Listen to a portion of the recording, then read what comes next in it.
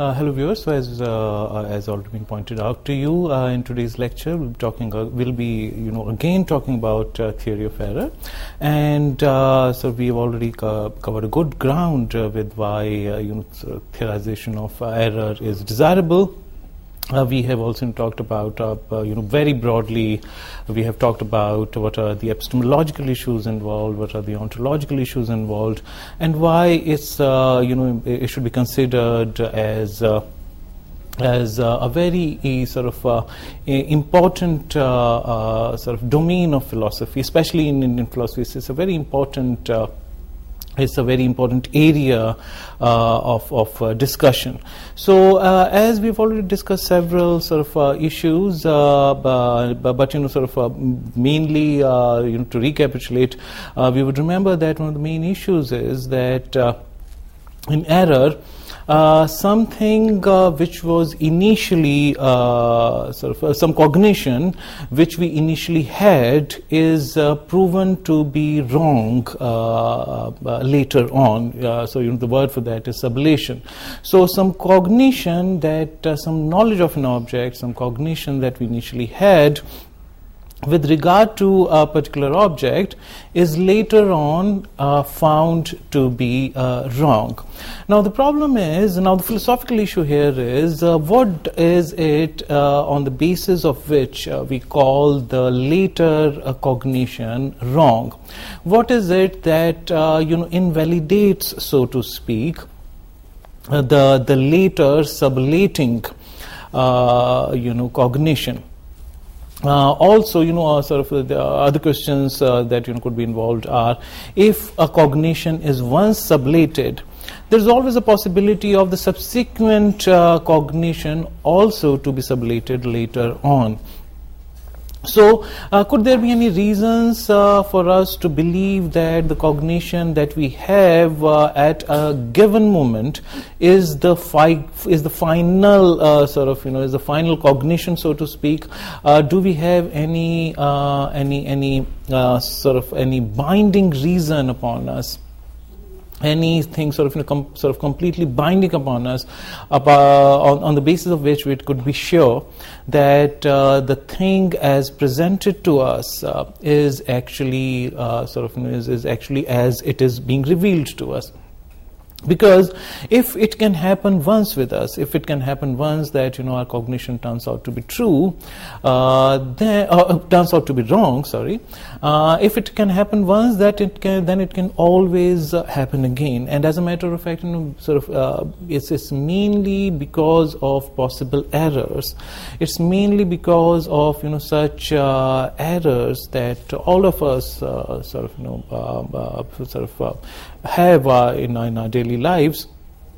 It's only because of them that skepticism becomes possible. So skeptics' thesis is that knowledge, in the sense of certainty, in the sense of finality about it, is never possible. So skeptic always says that if we were to define knowledge in terms of its absolute truth, in terms of its certainty, if we could be absolutely certain that if I'm seeing an object X as X, then that's the case about it. I mean, if I could be absolutely certain about it, if that's the the knowledge has some kind of finality about it, only then, properly speaking, it should be held, as tantamount to knowledge. Because episteme, as opposed to doxa, is sort of equated with having mere opinion about something, having a mere judgment about something. Where episteme, the Greek term episteme refers to some kind of a knowledge which actually conforms, or is actually which has truth in it. So, skepticism basically, most of the time we find, whatever skeptic argument we can think of, we'll always find that that skepticism becomes possible because of errors. Because, say for example, if we look at Descartes, Descartes look at his arguments. He says that, see, in dreams, my I've had some kind of judgments about things. I've had certain kind of experiences, which later on turn out to be wrong. But then, since I can always think of present experience as being of a similar kind, there is no logical impossibility involved here. There's no logical contradiction, rather, involved in my thinking. So therefore knowledge could always be possibly, or our cognitions, our experiences in present and now, could always possibly be wrong. They could always possibly be erroneous. So what is revealed to us, so like experience generally we all empiricists would say, well, any piece of knowledge ultimately has to be, should be such that it should be, we should be able to trace it back to some kind of original impression, as Hume would say, call it, or we should be able to trace it back to certain kind of experience, actual experience. Otherwise it's a figment of imagination. But experiences, first-hand experiences are always always become possible through our sense organs. In that case, knowledge becomes possible only through sense data, which is which we which is begotten through our senses. But we find that senses, most of the time, many a times, not most of the times, many a times beguile us into believing something which is not the case.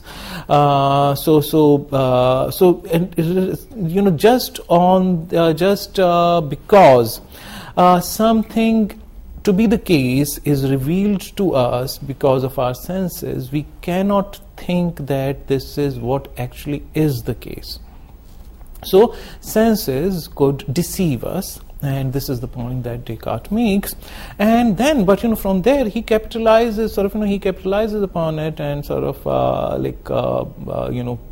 goes on to say that, well, it could always possibly be the case there, from the fact that senses could reveal to us something which is not the case.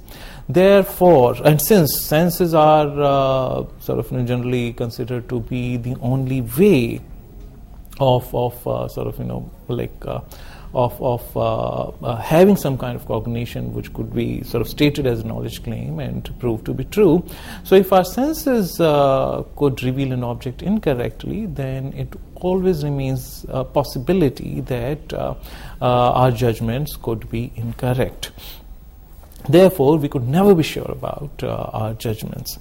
So, though of course, his answer finally is that he tries to he doesn't hold up a skeptical stance all through. So later on, as we are aware, he would say that one thing I can be sure of is that thinking is there, and therefore I think, therefore I exist. But the point that here is that error, our important point of discussion, should be an important point of discussion in philosophy, because then in theory of knowledge it has a special place. Epistemologists, philosophers trying to find some kind of agreeable definition of knowledge are always trying to answer a skeptic, which always comes up with questions regarding what could be wrong with a given definition. And error, the possibility of error, is a very important tool, one of the most incisive tools in the hands of a skeptic. So like apart from other reasons, this is also one of the main reasons why sort of its discussion on theory of error is of is of such importance, because if we have a good explanation for why errors occur, if we have sort of a very convincing kind of sort of an explanation for that, then we are in a good position. Also in a certain way to sort of it provides us important cues to give answers further on, to give answers further on to a skeptic. Now, in our past few lectures, we have been trying to look at certain schools of thought, mainly certain schools of Buddhism, which, as stated by some of the Jaina thinkers and an important Vishishtadvaita in Venkatanath. So we have been trying to look at how certain problems that have been raised, certain explanations, certain sort of theories regarding error under broad categorization. I mean, what are the issues at stake, and how Buddhists, given their first certain philosophical tenets, how they try to provide an answer to why errors occur from within the framework of those tenets. So, and then earlier we saw that idealists would tend to say, would tend to believe, would tend to maintain that what we see in an erroneous cognition will have to have no substratum behind it. So that kind of that kind of theorization on error is broadly put under two labels. One of them being niradhishtan, niralamban, or nirvishay.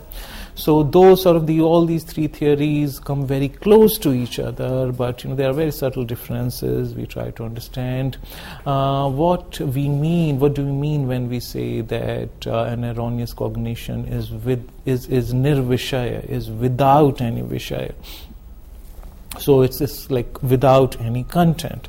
So we have seen earlier how what has been said about these theories, and what kind of questions are raised about it by Venkatanath and certain other Jaina philosophers. So and then later on we saw what do we mean when we say that an erroneous cognition has to be without any adhishtan or any alamban. So again, two different terms with a very subtle difference, of usage between them. So basic, but all in all, the basic idea is that erroneous cognition have to be without any underlying substrata, without any underlying substratum, because if there is anything if errors are like superimposition of a judgment upon something else, a true nature of which is of other kind, then that true nature should have been revealed to us. If it actually has an adhishtan, if it actually has if it has some kind of an alamban, then it should be presented, it should be given to us. It should be given to us in the presentation of an object. It should be a part of the appearances that we receive from the object. So these are some of the main points that have been raised about some of the other theories. So basically, as we pointed out, and most these ways of theorization are generally ascribed to different Buddhist philosophers. But by and large, these are like as pointed out, these are broad categories when we call a particular theory as nirvishaya, as propounding nirvishayata, as propounding niralambanvad, as propounding niradhishtanvad. So then these are sort of broad labels, but there is a general consensus among, and also we must sort of understand here that most of these theorizations are what we find in certain texts which actually don't belong to the schools to which these theories are being ascribed to. So, say for example, there's a broad consensus among scholars that the Buddhist schools of thought, Buddhist schools of classical Indian philosophy, ascribed to a theory of error which is called Atma Khyati. But interestingly, there is hardly any evidence in any of the Buddhist sources where a Buddhist philosopher, him or herself, would say that he or she ascribes to that particular theory. So this is a term which is hardly to be found in the Buddhist texts themselves. So most of the time, the source of these words, source of these labeling, source of these categorizations are the texts that belong to some of the other schools of thought.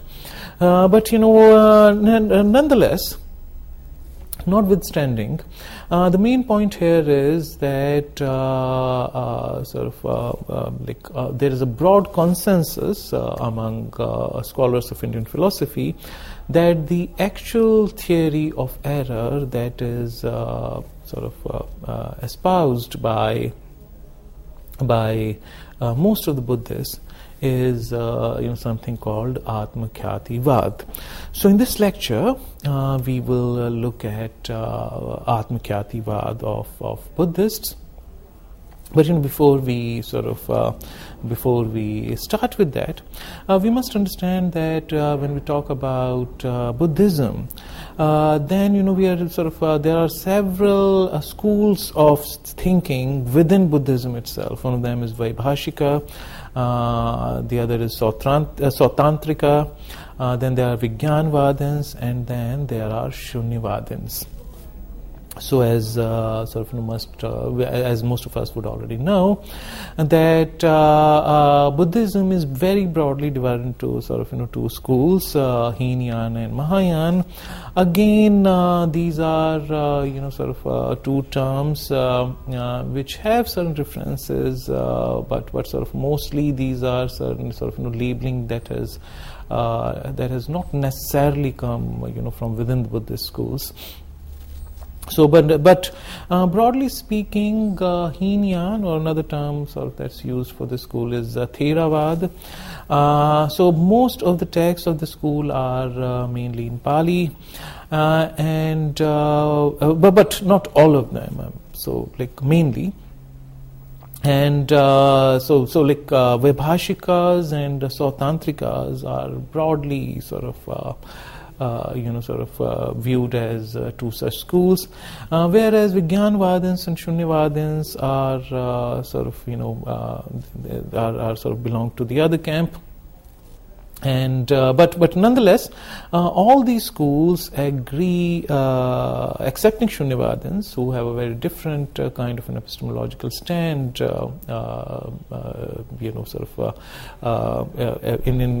comparison with the other three schools. So, with an exception of Shunyavada, Vaibhashika, Sautantrika, and Vijnanvadins have something in common regarding their explanation of error. But first and foremost, we must understand that the philosophy of Vaibhashikas, we must understand what is it that differentiates between Vaibhashika and Sautantrikas on one hand and Vijnanvadins and Shunyavadins on the other? Now, Vaibhashikas and Sautantrikas both believe that it's only the unique particular which is real. As a matter of fact, sort of all the Buddhist school would sort of believe that perception only yields to us bare particulars. So, or sort of like let's put it the other way around, that the actual reality, the actual sort of truth about the world, Paramarthik Sat, is that there are only bare particulars. So, sort of what we see around us, the only reality of it is bare particulars. This comes straight from their theory of momentariness. Things exist only for a moment, and the next moment it's a new thing that we see. So things don't, so to speak, we think of them as persisting through time, but philosophically speaking, it's only one moment. When we talk about existence, we are talking about the one moment of there and now, or of here and now rather, because there, the very term there would involve two moments. And we'll sort of shortly see what it means. So the point here is that the actual sort of truth about the world is that things are momentary, things are kshanik, and in a moment, things could only be considered as bare particulars, as sort of as they're only sort of as only dharmas, not as any pudgala, as it's called, beneath it. So Vaibhashika and Sautantrikas would rather say that there is no substratum, there is no substance behind the qualities, the sense data that reaches us behind bare particulars, unique moments. There is no underlying reality which connects one moment to another. There is no running thread from one moment to the other. So there are things, so there is no continuity, so to speak, between one moment of a thing and another moment of thing, of the same thing. So there is no continuity in time. So they would think of time as movement, not as timeline. So that's but then again, this is something that's ascribed to by all the four philosophers. The point of difference here is that for Vaibhashikas and Sautantrikas, they believe in some kind of externality of the dharmas. So they would say that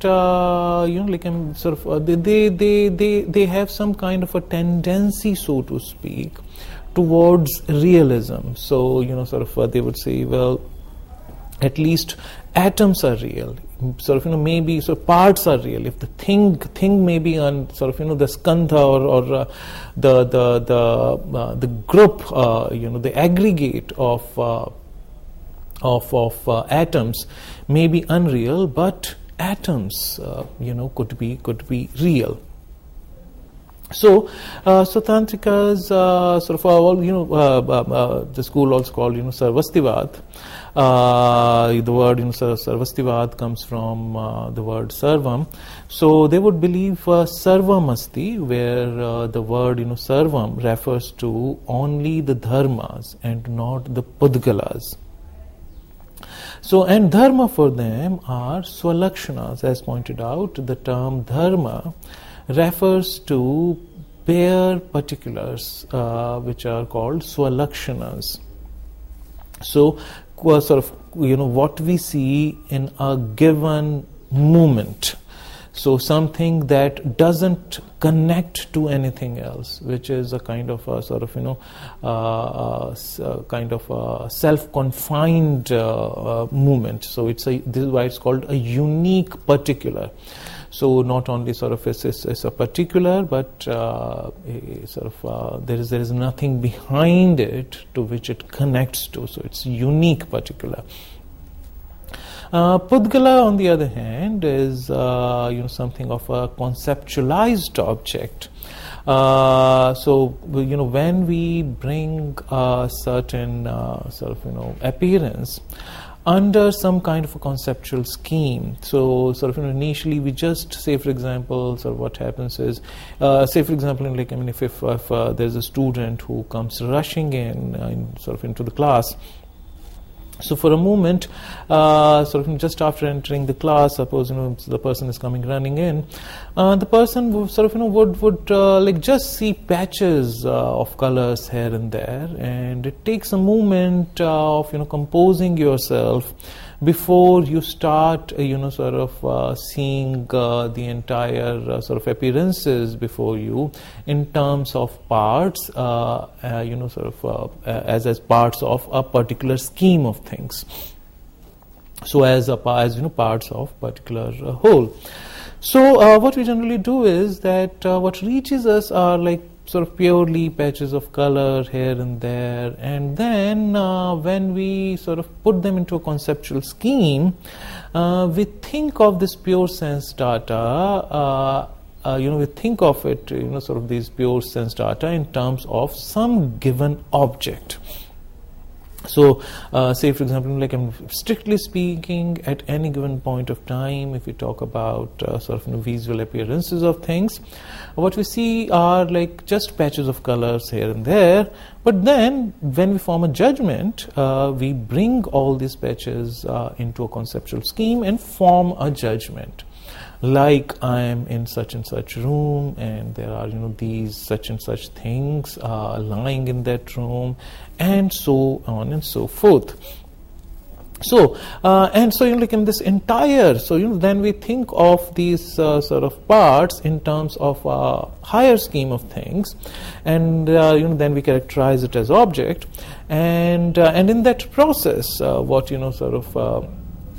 Vaibhashikas and Sutantrikas would point out is that in this process, Swalakshanas get concealed by the supposed universals. So, say, for example, when a chair is presented to me, what I see are just its colors, nothing else.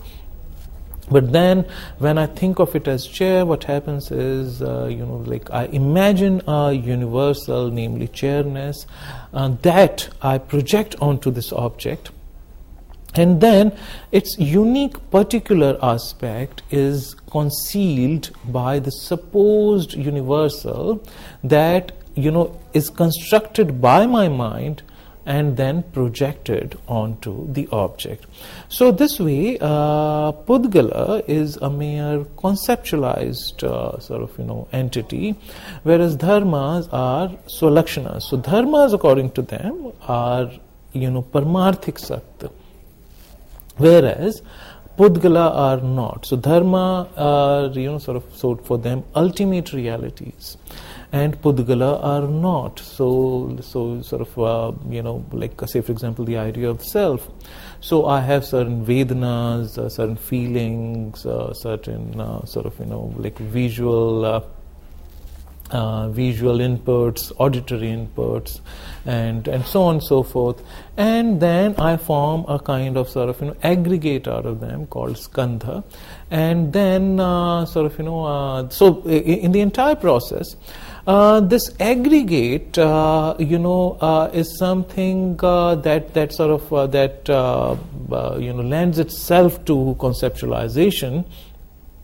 And at that level, so at philosophical level, this aggregation of thing and then giving it a label, giving it a name, this is not that fall. That's the ultimate truth about things. But but dharmas are real. So when we see what a given judgment, what we think of an object. Is composed of what are its ultimate constituent elements, we realize that it can always be broken down into ultimate atoms, which would be tantamount to unique particulars or swalakshanas.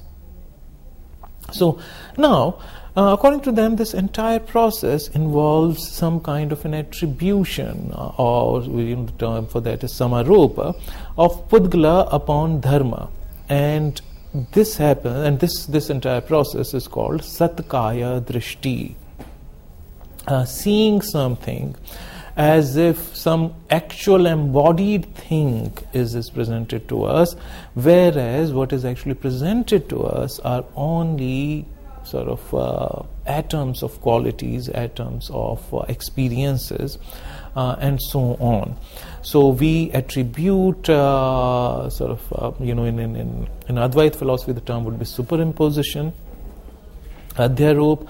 Here the term would be attribution, samarop. So we sort of project kind of certain universals upon of Pudgala upon the dharmas, and this process is called satkaya drishti, seeing something as if it were real. The vision of not vision, I mean seeing something as if it were real. This process is called satkaya drishti. But judgments by definition refer to objects as determinate. Whenever we form judgments, the moment a judgment is formed, it has to have a determinate kind of nature to it. So this is what happens according to Buddhists, that pure qualitative aspect of knowing something is without any vikalpa, is nirvikalpa. So in the sense that we sort of don't ascribe it an identity, we don't ascribe to the thing perceived any identity or any ascriptions or any descriptions of any kind.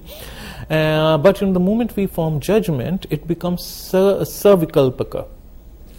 So we kind of label it. We bring, different atoms which were otherwise unconnected, which were bare particulars. We bring them together and think of it as constituting one whole. So all judgments are formed through this process, and judgments by definition are savikalpaka. Now, Vaibhashikas maintain that bare particulars are directly perceived. So now the point is that how do we have knowledge of what we are calling bare particulars? Are these only theoretical entities?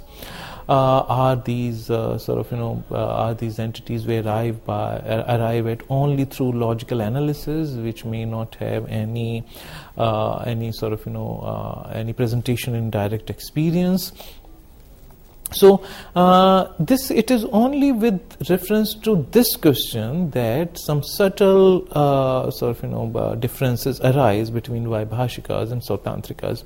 So Vaibhashikas would maintain in this context that bare particulars, swalakshanas, are directly perceived. This is called bahya pratyakshavad. So bare particulars are, so to speak, they are independent objects of knowledge, objects quote unquote. So we are using the term object only because of linguistic requirement.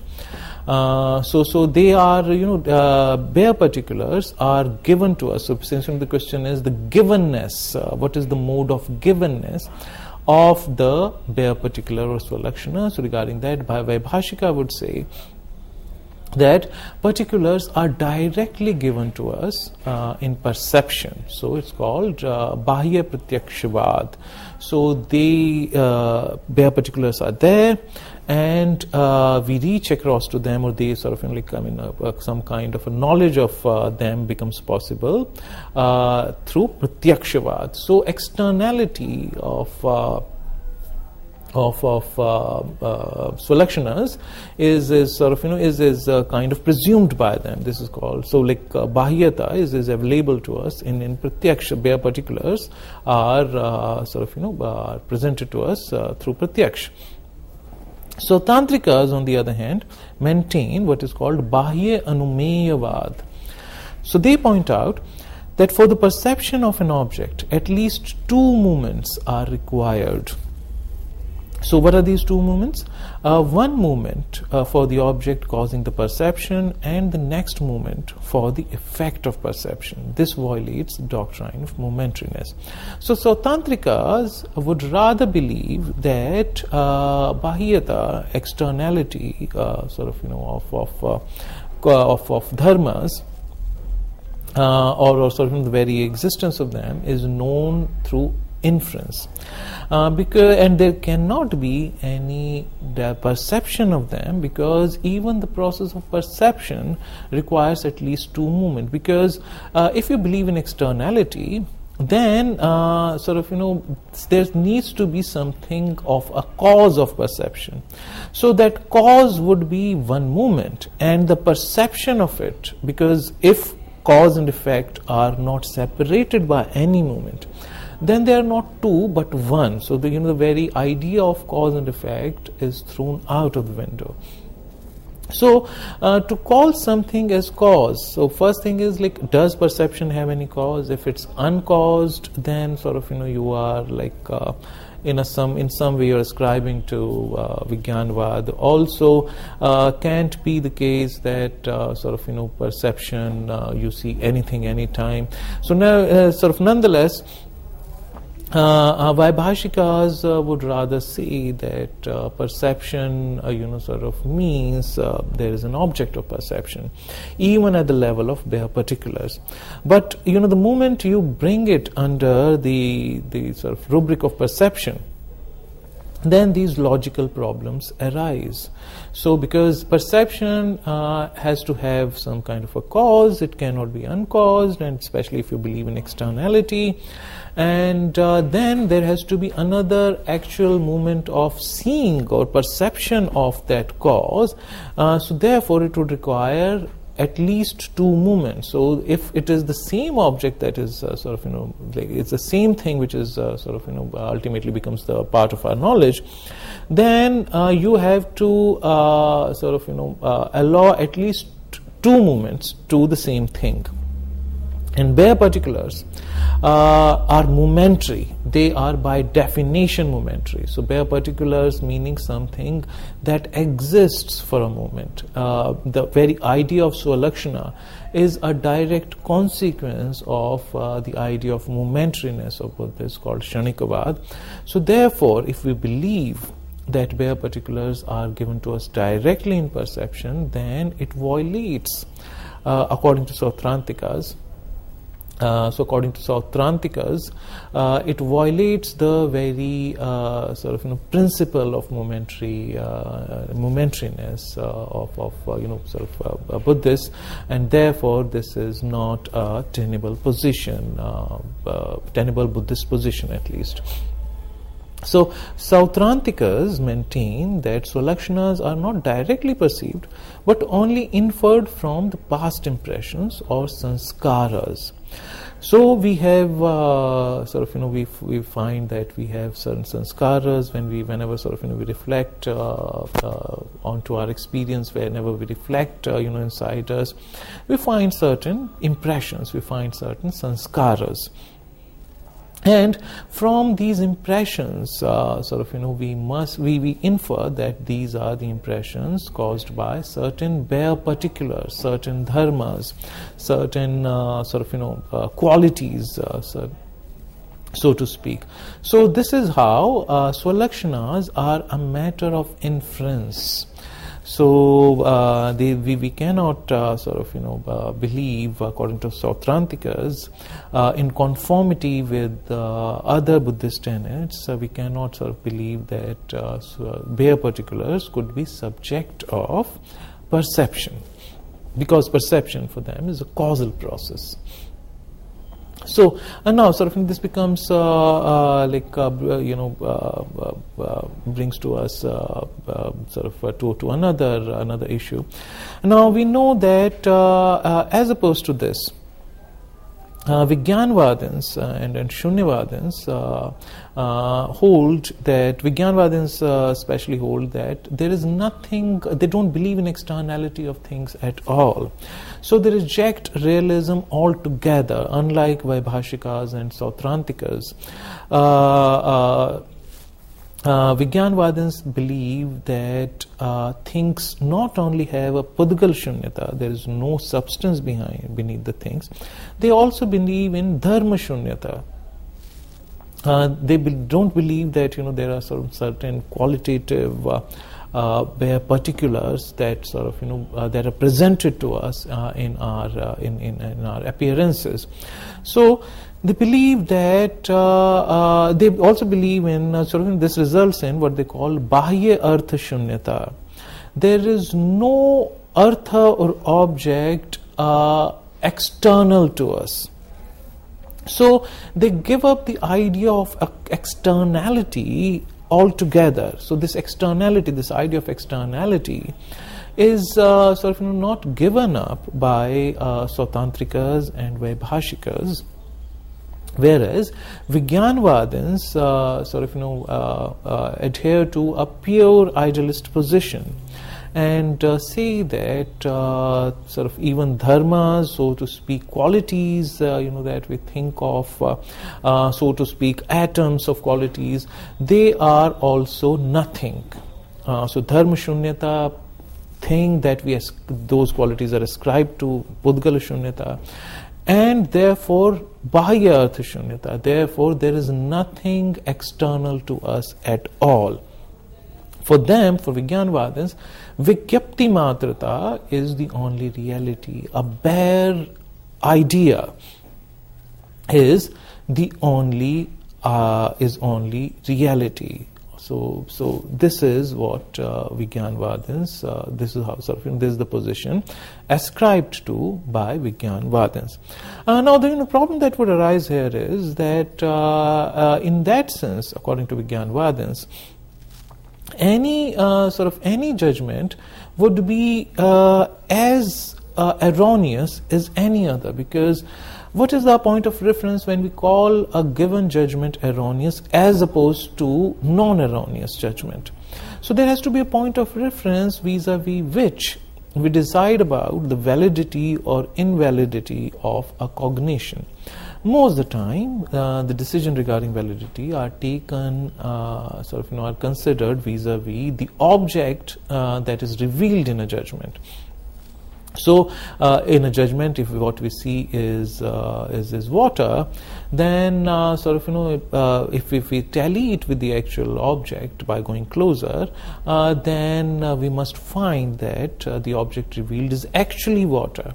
So there is some kind of an external object vis-a-vis which we clarify our doubts, vis-a-vis which one cognition could be held as true as opposed to a false judgment. But if ideas are the only reality, then since judgment basically our side of a knowledge proposition, so since that's the idea that we ascribe to a so-called given object, and if idea is the only reality, then we do not have a reference point vis-a-vis which we could have any judgment about a given cognition. So this is one main problem. And how come, another question that we can ask Vijnanvadins is, how come it so happens that certain judgments are more practically useful? So say for example, if there is some water out there, if it's revealed to me as water, and then if I go and drink it, my quenches thirst. So my vritti, my action, my corresponding action is fruitful. So how does that become possible? And this is a very common sense, valid question that Vijnanvadins have to answer. So regarding that, the Mahayana Buddhists, Mahayanist Buddhists would devise what is called true truth theory. So they would say that like from the Paramarthic point of view, language can be of no help. Any conceptualizations of what this world is is not of much help. The moment we enter the realm of judgment, the realm of language, we have already missed the point according to them. So, from the point of view of Paramarthic level, the ultimate supreme level, things are sort of not in continuity. From that point of view, things sort of are bare particulars, which we cannot characterize as this object or that object. So they are pure sort of of the kind of pure sense data. Whereas when we form judgment and they turn out to be true, so truth is a matter of contingency. So there's another sort of important point that we must understand, that so-called truth is matter of contingency, and this truth is realized. I mean, the fact that so-called truth, if we defined in terms of conformity of the object revealed, is a mere contingency. There is nothing essential about it. And how does this idea come to us? It comes because of error, because at times our judgments are not right.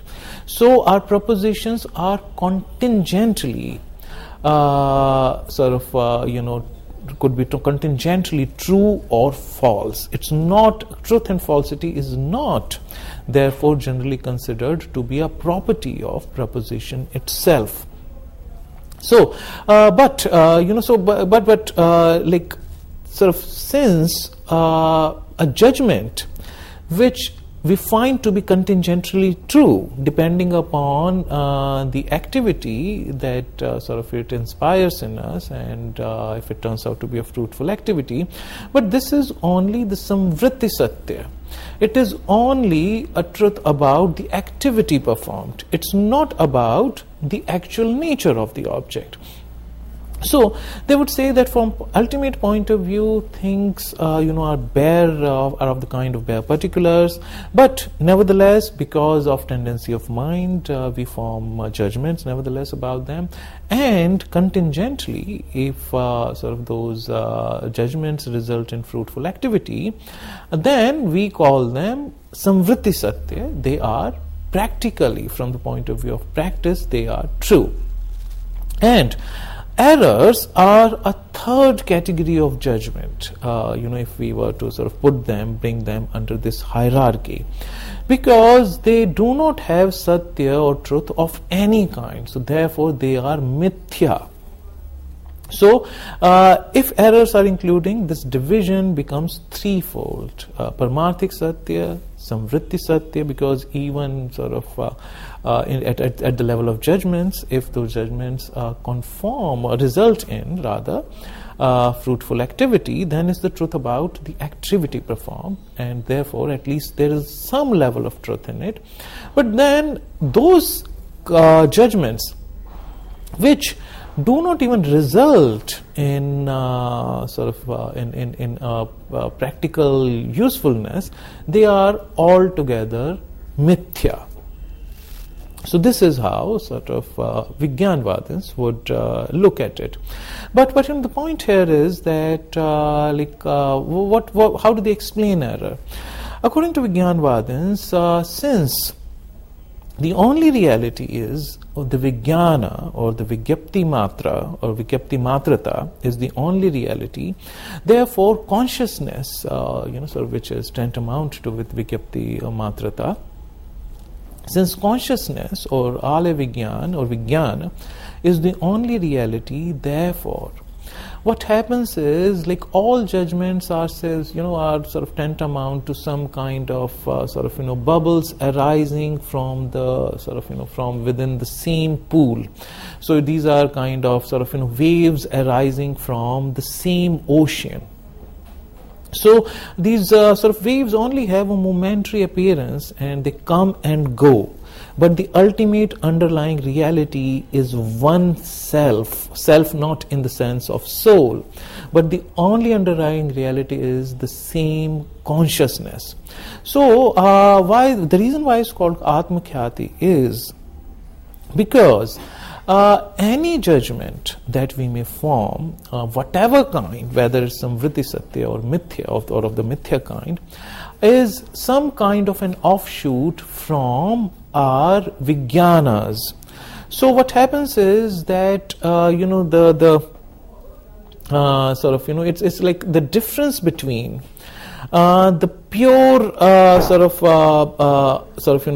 the pure consciousness, which is the underlying fact about any judgment, is overlooked here, and sort of we take, so to speak, the modifications of consciousness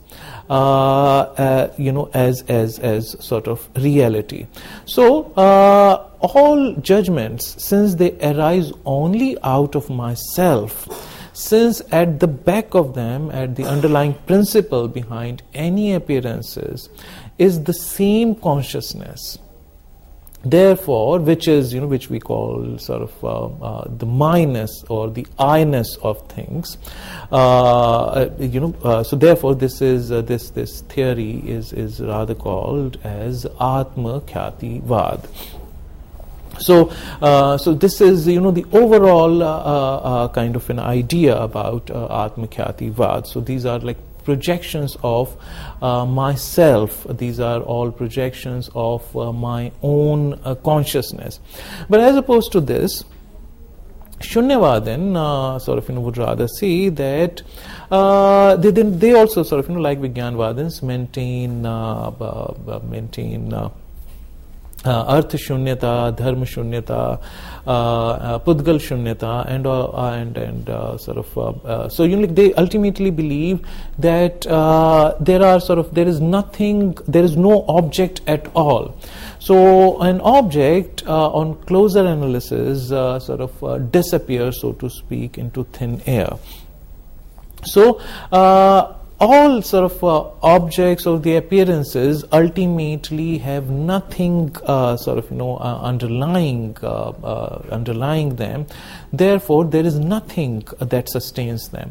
So therefore, their theory is rather called Asatyakhyaativad, meaning there is nothing